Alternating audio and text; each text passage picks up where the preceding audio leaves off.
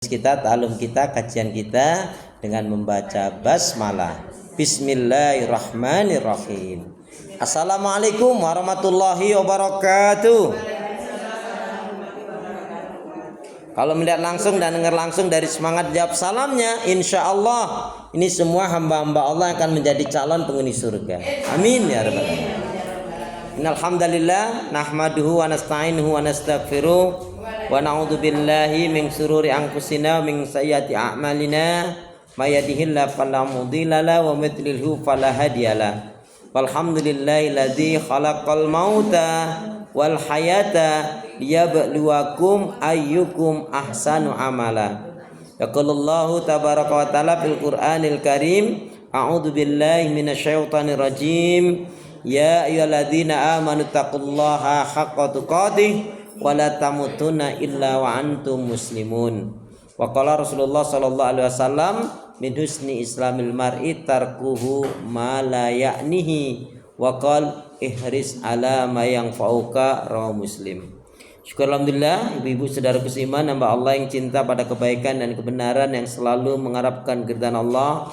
Alhamdulillah, kembali Allah pertemukan kita dalam majelis yang mulia ini, majelis ilmu. Dan kita berharap seperti yang Rasul nyatakan, man salaka tariqan yaltamisu fi ilman sahalallahu bi tariqan ilal jannah. Fima ma'nahu.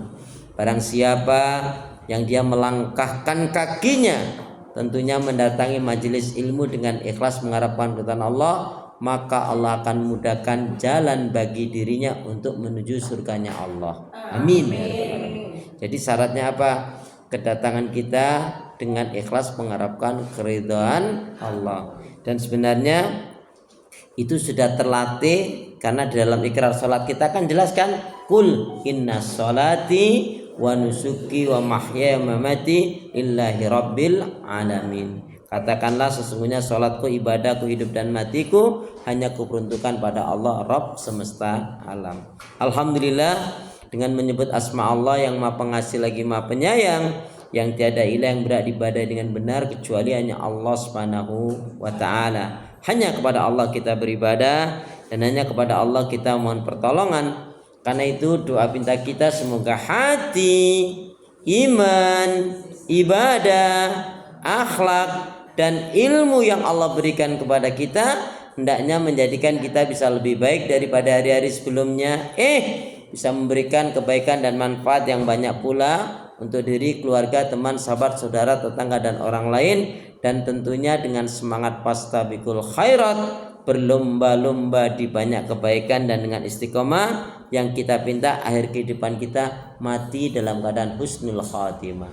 Amin ya rabbal alamin. Kenapa ya? Kenapa ya?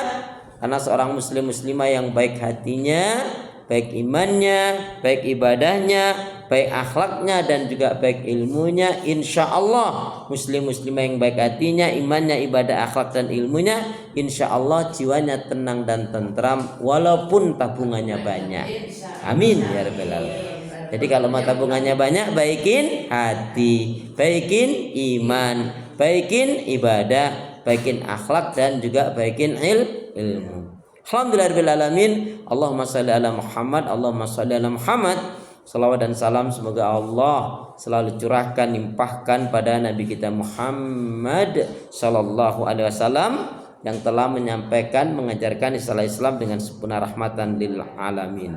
Ibu-ibu sehat semua? Ibadahnya lancar? Ya, tambah sabar, makin bersyukur, makin lembut hatinya, harmonis rumah tangganya, putra putri, anak cucunya makin baik, solihah.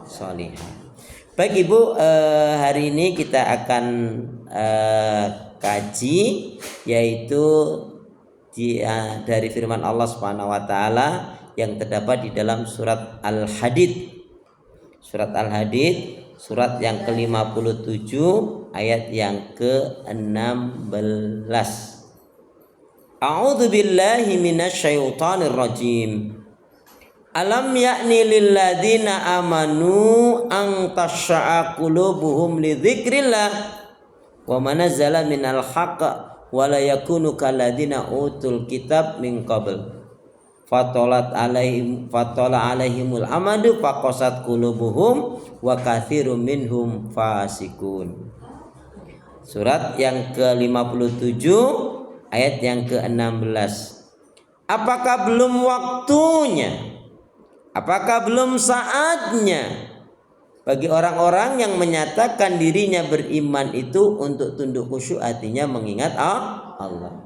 Ibu, janganlah kalian seperti ahlul kitab, orang-orang yang diberi kitab, lamanya waktu dalam penantian kedatangan Nabi yang ditunggu-tunggu, mereka tidak sabar, mereka meninggalkan Alkitab, mereka melakukan keburukan, kemungkaran, maksiat dan dosa yang menjadikan keras hatinya, dan kebanyakan mereka adalah orang-orang yang fasik.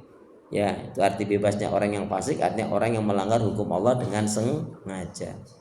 Ibu, jadi ada yang menjelaskan dzikrillah itu sebanyak mungkin menyebut melafaz asma Allah, seperti mengucapkan subhanallah, alhamdulillah, wa la ilaha illallah, Allahu akbar, la haula wa la quwata illa billah, masya Allah. Kemarin kita sudah kaji kalau bicara hakikat zikir apa kemarin? Hakikat zikrullah. Hakikat zikrullah apa kemarin? Hakikat zikrullah lupa. Hakikat zikrullah, kalau zikrullah kan artinya mengingat Allah, mendekatkan diri kepada Allah, namanya takarub ilallah. Hah? Aduh, berarti kesimpulannya tulisannya berbeda. Selalu menghadirkan Allah di setiap keadaan dan di setiap permasalahan. Jadi semua keadaan dan permasalahan itu mestinya dikembalikan, disandarkan kepada Allah. Makanya Bu, orang yang beriman itu Bu, kalau dia diberi kenikmatan dia nggak jadi sombong. Wong itu yakin kok itu amanah Allah, titipan Allah, ujian dari Allah, anugerah dari Allah. Makanya nasihat dari sahabat Utsman apa? Hendaknya kalian selalu takut dan khawatir jika harta, ilmu, umur, kesehatan, kesempatan, dan kenikmatan-kenikmatan yang Allah berikan kepada kalian tidak diberkahi, tidak diridhai, tidak dirahmati oleh Allah.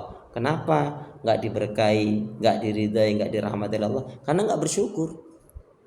Makanya ayatnya kan jelas, a'udzubillahi minasyaitonirrajim, la in syakartum la azidannakum wa la in kafartum inna adzabi lasyadid.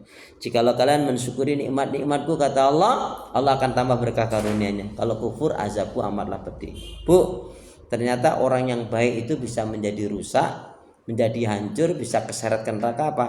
Salah satunya kurang bersyukur. Yang kedua apa? Tidak minta keistiqomahan di atas kebenaran. Makanya kan ada doa ya muqallibal qulub tsabit qalbi ala dinika. Wahai jiwa yang membolak-balikkan hati, tetapkanlah aku di atas petunjuk hidayahmu. Kalau Al-Qur'annya kan Rabbana la tuzigh qulubana ba'da idh hadaitana wa hab lana min ladunka rahmah innaka antal wahhab. Ya Allah, janganlah kau bengkokkan, janganlah kau palingkan ya hatiku setelah petunjuk hidayah kau berikan kepadaku ya pada kesesatan. Itu mintanya selalu, Ibu. Makanya orang-orang yang dilalaikan oleh Allah orang yang tidak mau berdoa. Ya, orang munafik itu nggak akan berdoa dia. Karena kalau dia berdoa minta kekuatan pada Allah, dijauhkan dari keburukan. Maka sering saya ingatkan apa? Pastikan semua kegiatan aktivitas yang kita lakukan niatkan untuk ibadah kepada Allah. Yang kedua apa? Jangan pernah lupa dan melupakan diri untuk senantiasa berdoa meminta kekuatan, rahmat, pertolongan pada Allah. Bu, karena pada hakikatnya tanpa kekuatan, rahmat, pertolongan dari Allah kita nggak bisa berbuat apa-apa. Ya tak? Masya Allah, la khawla wa la quwwata illa billah. Jadi apakah belum waktunya, belum saatnya bagi orang-orang yang menyatakan dirinya beriman itu untuk tunduk khusyuk hatinya mengingat Allah sebanyak mungkin, menyebut Allah. Bahkan dalam ayat yang lain apa? Wadkurullaha katsira. Dalam keadaan berperang jihad banyak-banyak kamu menyebut nama Allah. Di sini apa? Menyandarkan diri, ya menghadirkan Allah di setiap keadaan dan di semua permasalahan. Kemudian Bu, ada juga yang memaknai zikrullah itu artinya iqamati sholat, mendirikan sholat. Kan akimi sholat, dirikanlah sholat, karena sholat itu adalah untuk mengingat Allah. Ibu, jelas sekali. Ada yang mengatakan ketika itu ada beberapa sahabat Nabi lagi ngobrol nih. Ada 3 atau 5 orang ngobrol. Allahu Akbar, Allahu Akbar. Asik aja ngobrol. Seolah-olah mereka nggak mendengar sudah azan. Maka ya Rasul mendekati kemudian membacakan ayat ini tadi. Surat 57 ayat 16 tadi. Apakah belum waktunya? Apakah belum saatnya bagi orang-orang yang menyatakan dirinya beriman itu untuk tunduk khusyuk artinya mengingat Allah? Maksudnya mendirikan sholat. Tapi yang menarik, pelajarannya apa? Setelah turun ayat yang mulia ini, sahabat-sahabat Nabi itu Bu, mereka membiasakan diri mengambil air wudhu sebelum azan berkumandang. Ya. Itu Bu, sebetulnya memang bisa karena biasa dan membiasakan diri. Bisa karena biasa dan membiasakan diri dengan minta pertolongan kepada Allah. Ibu rasakan, kita semua kan pernah haji dan umroh. Ya, itu ketika kita umroh itu Bu, coba subuh itu jauh hari kita takut ketinggalan, takut nggak kebagian, takut terlambat. Ya, mestinya hal itu menjadi refleks dalam kehidupan kita sehari-hari. 5 menit lagi, 10 menit lagi ini azan, mengambil air wudhu. Toh baik sekali kan kita bisa lakukan sholat syukur wudhu. Sholat syukur wudhu itu kan ketika kita wudhu terus kita sholat 2 rakaat, yaitu sholat syukur wudhu. Bukan qobliyah, lain lagi. Nah Ibu, kalau maaf nih ya, kalau waktu duha itu kalau jenengan itu misalkan pengajiannya di masjid itu bisa 3. Sholat syukur wudhu, sholat qobliyah, sholat tahiyatul masjid, sama sholat duha. Kalau itu mesti masjid pengajiannya. Tapi kalau kita sudah ambil syukur wudhunya di rumah, berarti tinggal 2. Niat saja. Walaupun sholatnya 2 rakaat, tapi dapat 3 pahala semuanya. Jadi semuanya nih dapat. Karena ya amalan yang sunnah itu boleh digandengkan niatnya. Contohnya ini, Bu, kalau sudah mendekati, kalau bicara qobliyah itu kan setelah azan. Ya, misalkan jenengan ambil air wudhu nih. Ya, kalau pas azan atau menjelang 5 menit atau sudah ambil wudhu terus nunggu sebentar. Allahu Akbar, Allahu Akbar. 2 berarti bisa ambil sholat syukur wudhu 2 rakaat, tapi niatnya 2, syukur wudhu dan qobliyah. Walaupun 2 rakaat diberi 2 pahala. Ya, niat itu boleh digabungkan yang sunnah. Jadi ya 2 rakaat. Tadi kalau waktu pengajiannya di masjid berarti bisa 3 nih. Apa tadi? Syukur wudhunya, tahiyatul masjidnya, sama duhanya. Ye. Sama aja. Sholat syukur wudhu, orang menunjukkan mengatakan syukur wudhu itu ya sholat wudhu itu. Artinya kita lakukan setelah ambil air wudhu.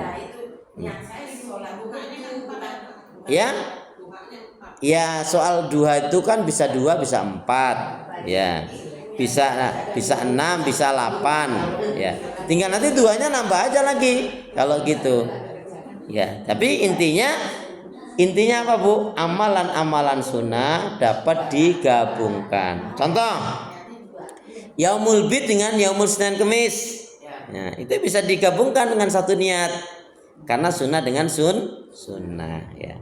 Jadi intinya apa? Intinya pelajarannya dari sahabat Nabi itu mereka membiasakan diri mengambil air wudhu sebelum adzan berkumandang. Ya, Bu, masya Allah, lihat surat Maryam. Surat Maryam tentang sholat. Surat. Kalau dari tahajud langsung nggak usah wudhu lagi, langsung ke subuh kan bisa? Bisa, tidak ada masalah. Ya, tidak masalah. Yang penting kan kita tidak batal.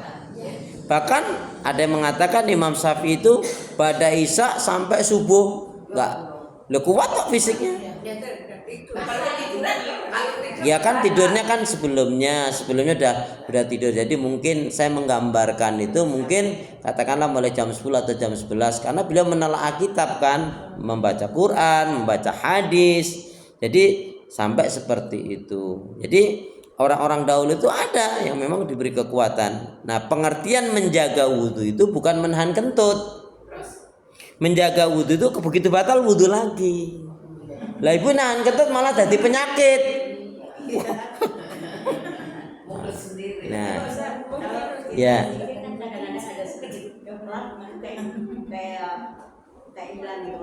Oh nggak masalah, nggak batal. Yang penting kita yakin kita tidak mengeluarkan bahasa Inggris sama aroma. Nggak apa-apa, bahkan sampai nih misalkan nyandar kita sampai bahasa Inggris mak tuts, gitu. Yes gitu loh. Jadi kalau misalkan ngorok itu nggak batal. Asalkan kita kan biasanya kalau bersandar itu insya Allah nggak aneh. Nah kecuali kalau kita tidurnya ya bisa miring atau kita melumah atau terlentang itu cenderungnya begitu. Tapi yang jelas begini, kalau masalah wudhu itu kan wong kita masih punya wudhu aja kita wudhu lagi itu disukai kok. Tapi kan enggak kita lagi bikin. Kita orang tua. Ya. Ya. Nggak apa-apa, nggak masalah. Nggak masalah. Yang penting kita yakin tidak mengeluarkan bahasa Inggris dan aroma tadi itu. Ya. Pasti kalau luar itu pasti beda. Tapi ya belum tentu juga saking khusyuknya kali itu. Coba dibaca sekarang, monggo Mbak Rin, ayat yang surat 19 ayat 59. Ini tentang sholat. Fa khalafa min ba'dim khalqun adza'u shalah wa taba'u syahwat fa sawfa yalqawna ghayya.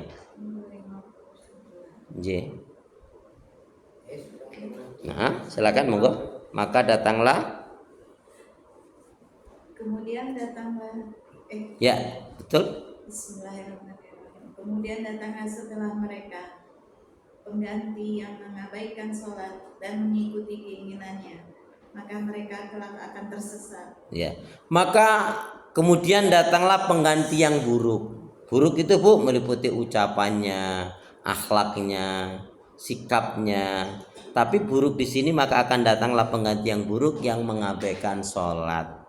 Mengabaikan sholat, nyanyiakan sholat, meninggalkan sholat, nunda-nunda, ngulur-ngulur waktu sholat, mengikuti hawa nafsunya, maka mereka akan yaitu tersesat atau neraka. Ayat yang mulia ini diterangkan oleh Ibnu Abbas. Ibnu Abbas ini sepupunya Rasulullah yang pernah didoakan, ya Allah berikanlah kepahaman dan takwil atau berikanlah pemahaman Al-Quran dan hadis Nabi atau sunnah Rasul, yaitu pada Ibnu Abbas. Maka doa Rasulullah kan dikabulkan. Maka apa kata Ibnu Abbas? Sungguh yang dimaksudkan dengan ayat yang mulia ini adalah barang siapa yang dengan sengaja dia suka menunda-nunda mengakhir-akhirkan sholatnya, maka yaitu sebenarnya orang tersebut telah berbuat maksiat dan dosa kepada Allah.